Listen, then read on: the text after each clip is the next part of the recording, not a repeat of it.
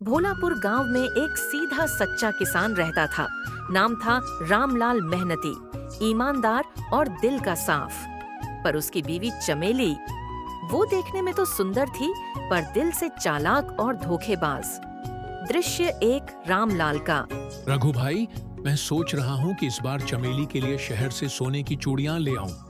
बेचारी दिन रात घर संभालती है। रघु ने कहा, रामलाल, तू तो बड़ा भोला है रे।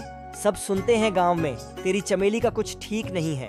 रामलाल ने कहा, अरे छोड़ो रघु, लोग तो जलते हैं। मेरी चमेली एकदम दूध जैसी साफ है। रघु ने कहा, ठीक है भाई, आंख बंद करके भरोसा कर, पर ध्यान भी रखना।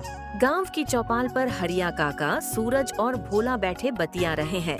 हरिया काका ने कहा, अरे भाई, चमेली और शंकर की दोस्ती कुछ ज्यादा ही गाढ़ी हो गई है। भोला ने कहा, हाँ काका, पिछले हफ्ते भी दोपहर में शंकर को चमेली के आंगन में देखा था।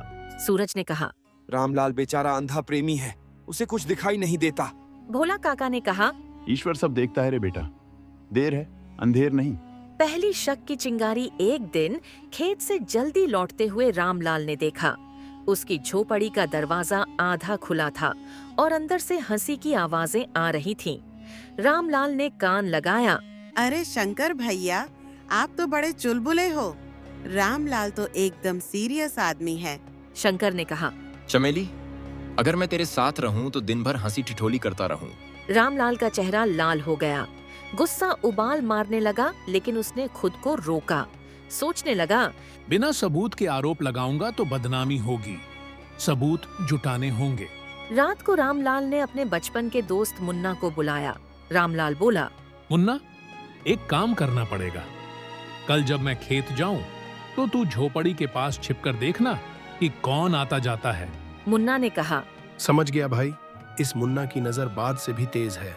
सच का खुलासा अगले दिन मुन्ना ने जो देखा, उसने रामलाल को दंग कर दिया। मुन्ना दौड़ता हुआ आया और बोला, रामू भैया, आज तो कमाल हो गया।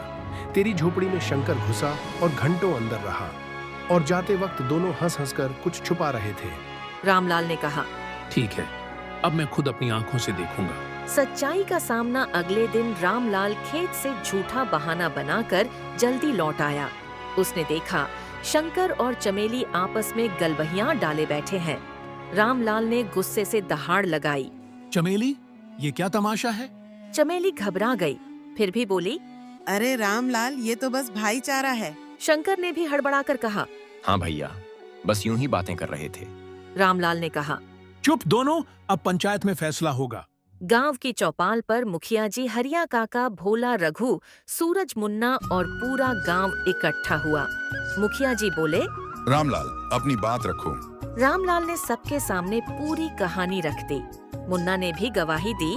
मैंने अपनी आंखों से देखा है पंचायत जी, शंकर रोज चमेली के घर आता था। मुखिया जी ने चमेली से पूछा, बताओ चमेली, क्या कहना है तुम्हारा? चमेली ने सिर झुका लिया, आंसू बहाते हुए बोली, मैंने गलती की है पंचायत जी, माफ कर दो। मुखिया जी ने गुस्से से कहा, पाप किया है, अब सजा भी भुगतो। रामलाल, अब तू ही फैसला कर। रामलाल ने गहरी सांस लेते हुए कहा, चमेली ने मेरा भरोसा तोड़ा है, अब इसके साथ एक पल भी नहीं रह सकता। पूरा गांव सिर हिलाने लगा। मुखिया जी ने फैसला सुनाया। कुछ महीनों बाद रामलाल ने दूसरी शादी कर ली। उसकी नई पत्नी सीता न केवल सुंदर थी, बल्कि दिल से भी सच्ची थी।